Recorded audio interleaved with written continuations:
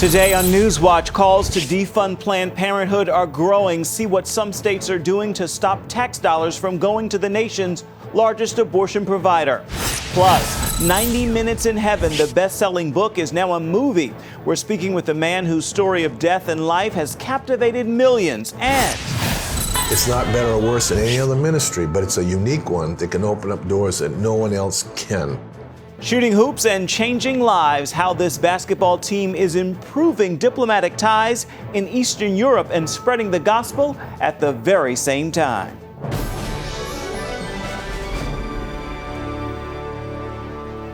Thanks so much for joining us for CBN Newswatch. I'm Ephraim Graham. Planned Parenthood is fighting back against states seeking to cut its funding. And the latest undercover video spotlighting the nation's largest abortion provider exposes concerns about cleanliness in many abortion clinics. It also shows a major buyer of baby body parts callously joking about shipping fetuses. Our Caitlin Burke is on the story. Planned Parenthood asked a federal judge Tuesday to stop Louisiana from ending Medicaid payments to the organization's clinics. Governor Bobby Jindal announced earlier this month that he would cut off the funding to the Baton Rouge and New Orleans health centers. The decision comes in the wake of the undercover videos from the Center for Medical Progress, exposing Planned Parenthood's practice of selling baby body parts for a profit. The latest video from the Center for Medical Progress brings up new concerns, this time about cleanliness and safety in abortion clinics. We've seen all sorts of things, but yeast contamination, I've seen really rampant problems with bacteria in certain clinics. Some where you're kind of like in question of really should they, I've seen staff come out of clinics. Kate Dyer is the CEO of STEM Express, a fetal tissue procurement company that previously partnered with Planned Parenthood. Later on in the video, she jokes about shipping the heads of aborted unborn babies. I know we get requests for it's the hardest thing in the world to ship. You do is the whole Calvarium. That's it. Yeah, that's the easiest way. And I mean, we've actually had good success with that in the past. So make sure the eyes are closed. When Dyer was asked what would make her happy, she asked for more livers, saying liver tissue was in high demand. Another 50 livers a week. We're working with, almost like triple-digit number of clinics. So it's a lot on volume. And we still need more. Planned Parenthood has volume. Right.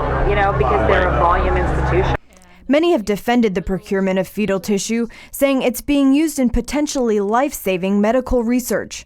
But in today's Wall Street Journal, a former deputy commissioner of the FDA says research using fetal tissue is actually very uncommon. Scott Gottlieb says that from 1993 to 2014, only 30 grants involved fetal tissue transplant. That's out of nearly 10,000 that are awarded every year. Instead, researchers use fetal tissue as a source of stem cells, and even that, he says, is unnecessary. That could be another flashpoint in the upcoming battle in Congress over cutting off taxpayer dollars for Planned Parenthood. Caitlin Burke, CBN News. The undercover video scandal caused pro-life groups across the nation to take to the streets and protest Planned Parenthood this weekend. The big question is, did it make a difference? CBN's Mark Martin spoke with Father FrankPavone about the protest and their impact. I just wanted to take a moment to thank each and every one of you who took part in this nationwide series of protests. The National Director of Priests for Life, Father FrankPavone, took time to encourage those who participated in the rallies across the country over the weekend, protesting Planned Parenthood. Tens of thousands of people in hundreds of cities took a stand against the abortion giant in a national day of protest. There's a voice of protest inside of us against the atrocities of abortion and Planned Parenthood. And I want to thank you for having let that voice inside of you come outside. Pro-life groups hope the latest undercover videos released by the Center for Medical Progress, exposing the harvesting of baby body parts, and the recent nationwide protests will influence Congress. Lawmakers return in September. We know that this is the body of a child. We know that this is the body of a person. That's right. And you don't kill the person, nor do you sell the body. That's right. And that's why we're here, and that's why we're in some 330 locations this morning, because we are exposing the evil to the light of day. So many of our fellow citizens, they haven't even heard about this yet. The protesters, along with many others across the country, want to see Planned Parenthood investigated. However, their immediate request is for Congress to stop sending the organization $500 million a year in taxpayer money. Pavone believes the protest was a success. You're an encouragement to the entire pro-life movement, all those who are following these news stories but could not go out themselves. They have heard and will continue to hear of the great results, and you were part of that. You encouraged the movement. A movement that is not backing down. Mark Martin, CBN News. Where is the bottom? That's what investors are asking after 6 straight days of heavy losses on Wall Street. But experts say there is no need to panic. This is the worst possible time to be selling your stocks. There's an old saying in the stock market, and it's the old adage that goes back 200 years. You want to buy low and sell high. So when people get panicked, and they often do during these kinds of meltdowns like we've seen in the market in the last couple of weeks in the US, people start to sell their stocks when the stocks are low. Tuesday brought another roller coaster ride as U.S. stocks were up much of the day before plunging into negative territory by the closing bell. A big factor behind the confusion, China's main stock market index has plunged more than 40% since early June.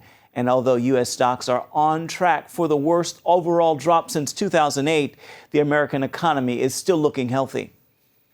If you look at American companies today, I think they're pretty healthy.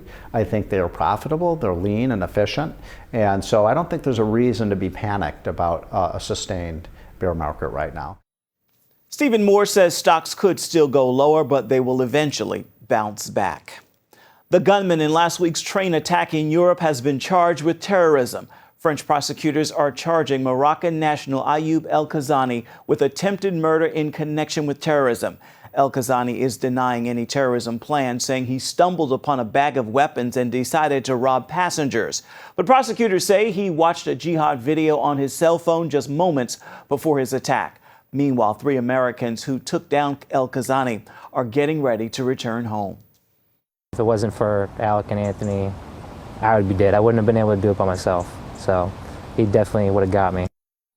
Spencer Stone and Alec Scarlatos, both U.S. military, are in Germany for additional medical treatment. A 4th American wounded in the attack is still in the hospital. In Hungary, dozens of migrants crossed underneath a border fence Wednesday. Most are from the Middle East and fleeing the conflict in Syria. Migration to Hungary has reached a new high this month. Police data suggests more than 2,000 people arrive daily.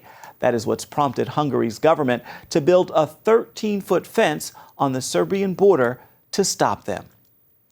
Donald Trump picked another fight with yet another news anchor this week, this time attacking Univision anchor Jorge Ramos, having him removed from a news conference. Trump clashed with Ramos in Iowa last night when the Miami-based journalist asked him about his immigration plan. Sit down. Go ahead. No, you don't. You haven't been called. Go back to Univision. A security guard escorted Ramos out of the event. He was later allowed back in, and he continued to press Trump on immigration. Trump justified Ramos's removal, saying he just stands up and starts screaming. Maybe he's at fault also. Now, Monday, Trump also resumed his feud with Fox anchor Megyn Kelly. Still to come here on CBN Newswatch, the hope of heaven. Meet a man who died and went to heaven, and hear what he has to say about the new movie about his life. Imagine going to heaven and coming back to earth. It's what happened to Don Piper when he was killed in a terrible accident 25 years ago. He wrote a best-selling book about what happened to him, and now that story has been turned into a movie called 90 Minutes in Heaven. Don Piper and his wife Eva join us now with more on the remarkable story. Don, take us back to that day when you were declared dead after the terrible accident. What happened? I was killed on the way to church, which I think means we need to be ready all the time. I wasn't planning to die that day, but I did. I was on a rural bridge outside of a conference center on my way to lead a Bible study on a Wednesday night. And an 18-wheeler crossed the center stripe on that rural bridge and killed me instantly, just ran over me, crushing my car with me in it, struck a couple of other vehicles. The paramedics did everything they could to try to revive me, try to restore me, try to resuscitate me. In spite of their best efforts, they were unsuccessful. So I was pronounced dead by the paramedics on the bridge. The body was covered up with a tarp so nobody had to see it. It was gruesome. And they're waiting for now the coroner. Behind me are a lot of pastors who've been to the same conference. One of them walked up on the bridge, saw the carnage, and felt led of the Lord to pray for me, even though he knew I was already a fatality. So he crawled in the car, held onto my right shoulder, because that's the only thing I didn't break, began to pray for me. Everyone else was notified, family, friends, church, that I was in an accident. They were not told that I was a fatality because they didn't want to tell them on the phone because I was a long way from home. And they started praying all over the world. Within an hour and a half after the accident at 11:45 a.m., at 1:15, that pastor was praying over my dead body, singing, "What a Friend We Have in Jesus." And suddenly there in the car, I started singing with him. He got out of the car very quickly and yelled, "The dead man is singing." And that began the rest of my life here on earth. Wow, chills hearing about it. Of course, people who haven't heard your story want to know, what was heaven like? What did you see? Who did you meet? It was awesome. It's just the most real thing ever in my existence. I was surrounded by people who had known me and loved me in life and preceded me in death. And I came back from all these folks, my grandfather, my great-grandmother, my next-door neighbor, Miss Norris, friends from high school who were killed in tragic accidents. All these people who surrounded me at the gates of heaven, I came back with the knowledge that they were all prepared. Heaven's a prepared place for prepared people. So none of them were planning to die the day they died, but they were ready. And the other thing I came back with is that the people who greeted me were expecting me. You were not going to sneak up on heaven. They knew I was coming, and they were prepared for that day. But every one of them I saw helped me get there. They had played a role in my spiritual life. So my return was with this question. If we greet people at the gates of heaven that were going to, that helped us get there, who are we going to greet? I think that's why we're still here, to help everyone else get there. Beautiful. Eva, talk to us about the challenges that followed when Don came back to life. What was like for you both? It was very challenging. I was not aware of the fact that he had been pronounced dead at the scene until about a week and a half later. So I was focused on his basic survival. He was so critically injured and then developed double pneumonia once he was in the hospital. So it was a day-to-day, sometimes a 5-minute to 5-minute thing. Still had our 3 children at home, still trying to keep my classroom in some semblance of order. So there were many times where I thought I just can't do this anymore, but God sent His children, Christian brothers and sisters, to hold me up, to guide me, to provide strength for me. We have incredible family, Don's parents, my family, brothers and sisters who were there for us and helped me know that I just really had to lean into God to make it through. And I'll tell you what, this movie, 90 Minutes in Heaven, does a powerful job of showing how community can come together to help those in need. That brings me to my next question. Don, what is it like seeing your experience turned into a film? Were they able to convey what heaven is really like? Well, we were very privileged because of the Giving Films people to actually be on the set for the majority of the filming. And Eva was there a great deal of the time. I was there about 80% of the time. So we had input on a day-to-day basis.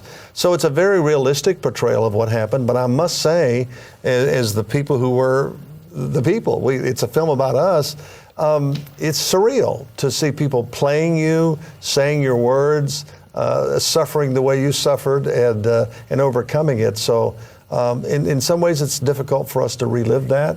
But in reliving it, I think it's going to really touch a lot of lives and bring hope to a lot of people who are wondering, how do you live after tragedy and loss and suffering and pain? And is heaven a real place, and can you go there? And the answer is yes. Jesus said, "I am the way, the truth, and the life." So it's a movie about hope, 90 Minutes in Heaven, and it's about us, and that's very, very kind of odd to watch, but I pray everyone else will be touched by it. You are indeed a changed man, and I'm sure they will. Once again, that movie is 90 Minutes in Heaven. It will hit theaters on September 11th. Thank you both so much for your time. It is much appreciated. Great hearing your story. Honored to be here. Thank you. Thank you. God bless. Till we meet again. Yes, indeed. Nick becomes an ambassador in Belarus. Watch how Jerome Junkyard Dog Williams is improving U.S. relations across the globe.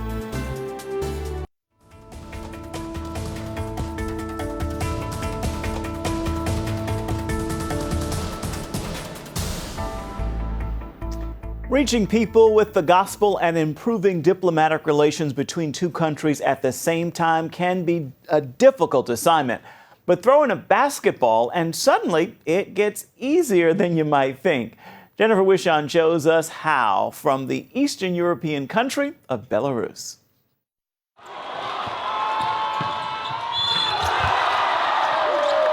Sports and the passion that surrounds it is a universal language. This widely anticipated basketball game pits former NBA players against the national team of Belarus.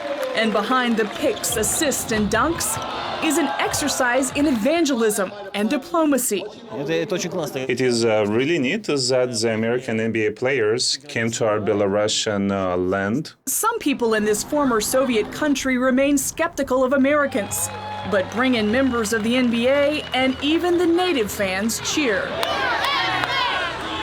It's not better or worse than any other ministry, but it's a unique one that can open up doors that no one else can. 20 years ago, Bill Alexson created Sports Power. It's a combination of retired NBA and European League Christians who travel the globe playing national teams and sharing the gospel. The remarkable thing isn't the players' moves on the court, it's the nearly unfettered access they enjoy in the countries they visit. It's a phenomenal thing. And the press goes everywhere we go. The kids, you say to the kids, jump, they say, how high? And we have our lives changed in the process. Schools swing open their doors, giving players a chance to witness to kids. Even the highest levels of government pay attention.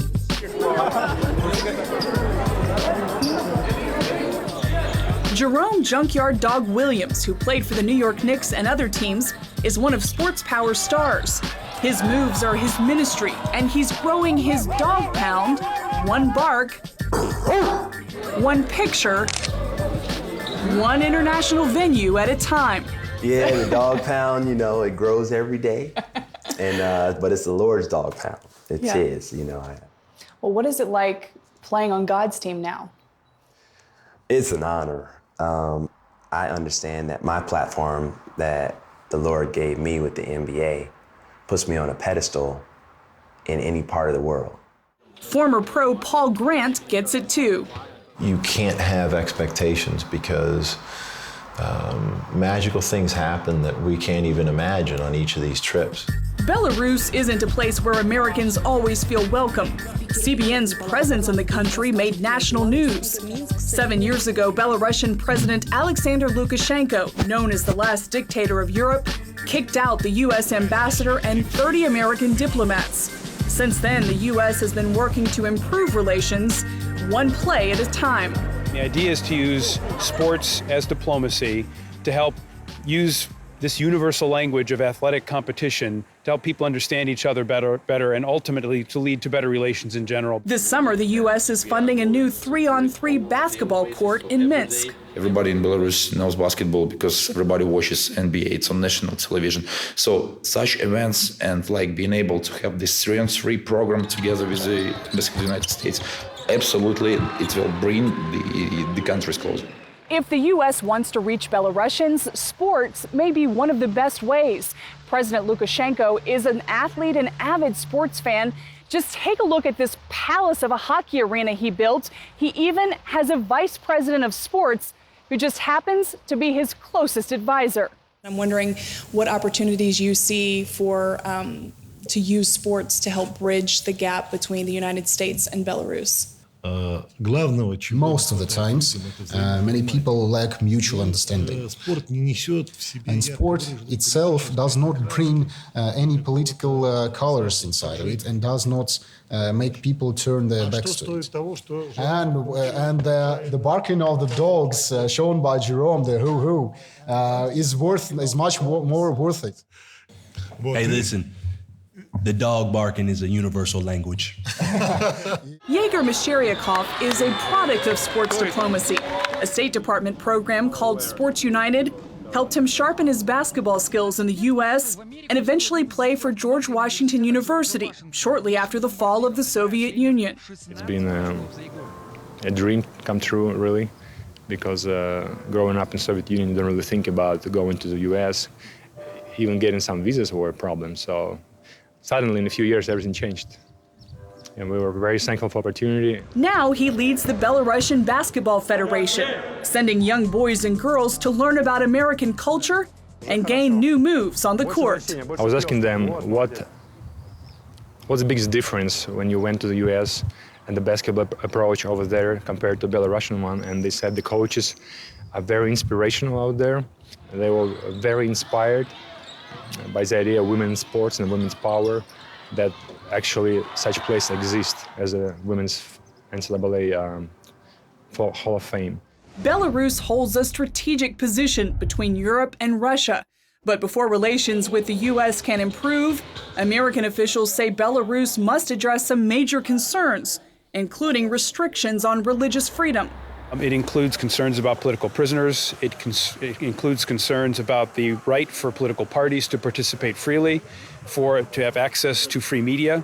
Meanwhile, Christians and diplomats will keep working to change hearts and minds, one game at a time. Jennifer Wishon, CBN News, Minsk, Belarus. And we'll be right back.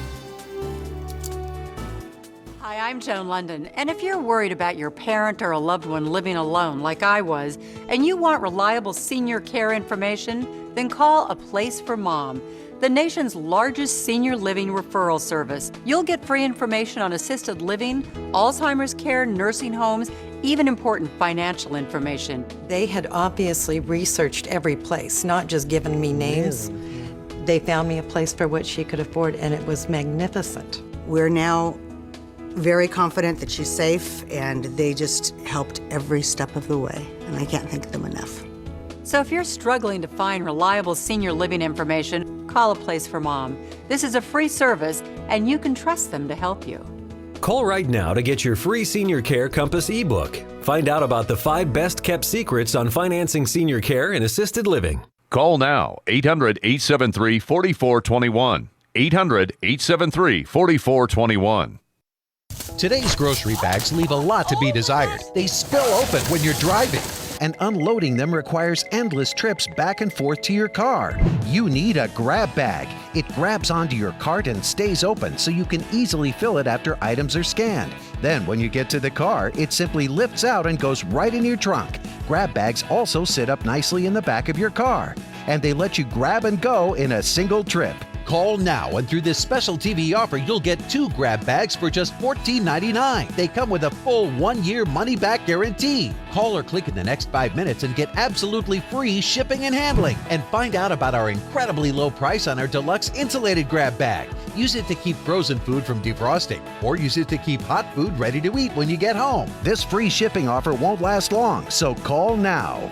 Call 1-800-677-1690 to get your grab bags, but you must call 1-800-677-1690 or go online to grabbag.com. Call now. It is time to pass along a word for your Wednesday, and today I actually have 2 words for you. They are permissive and perfect. You can pick which one you want, but it is best to be in God's perfect will and follow His desires for your life. That's always better than being in His permissive will and having things your own way. He knows what's best, but sometimes He permits us to have things our way so we can learn the hard lesson for ourselves. Well, that is going to do it for CBN Newswatch. You can find more of our exclusive coverage of the issues you care most about at cbnnews.com. We'd love to hear what you think about the stories you've seen here today. You can do it on Facebook or at CBN News on Twitter. Hope you'll join us again right here next time. Make this a wonderful Wednesday, everybody.